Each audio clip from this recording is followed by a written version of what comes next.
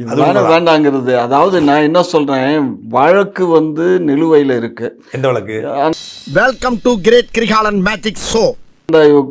இந்த மணல் கோருதில்ல, மணல் கோரி நிலுவையில் இருக்கு.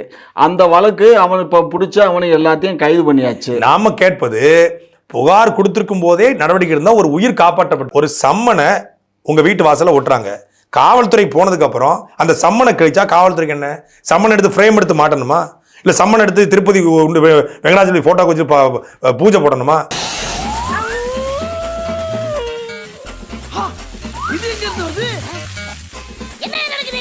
ஆராய்ச்சி முக்கியமாடா, முதல்ல கைய வச்சு அண்ணடா.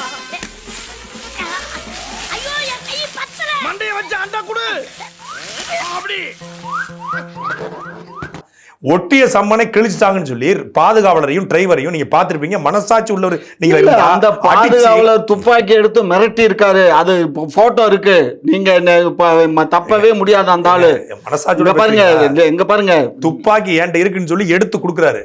நீங்க பார்த்தது மாதிரியே பேசுறீங்க. வீடியோ இருக்கு, நான் போட்டு காட்டுறேன். வீடியோ இருக்கு, வீடியோ என்ன இருக்கு, வீடியோ ஆதாரம் இருக்கு. சும்மா உங்கள மாதிரி வாயில ஓலாக்க போட முடியாது. கேக்குற கேள்வி மட்டும் சொல்றா வெண்ணைகளா. இந்த ஏர்போர்ட் மூர்த்தி மாதிரியே பேசுறீங்க. ஏர்போர்ட் மூர்த்தி பேசிட்டு இருக்கும் போது ஜாதி சொல்வாரு. இதெல்லாம் ரொம்ப நக்கலாமா பேசிட்டு அவரே சொல்றாரு, நாங்க அப்படி பண்றதுக்கு நான் என்ன முட்டாளா? நான் ஒரு ஆய்வாளரா இருக்கும்போது நான் போய் ஒருத்தரை புதுப்படியா போய் சண்டையை பிடிக்க முடியுமா அப்படின்னு கேட்கிறாரு.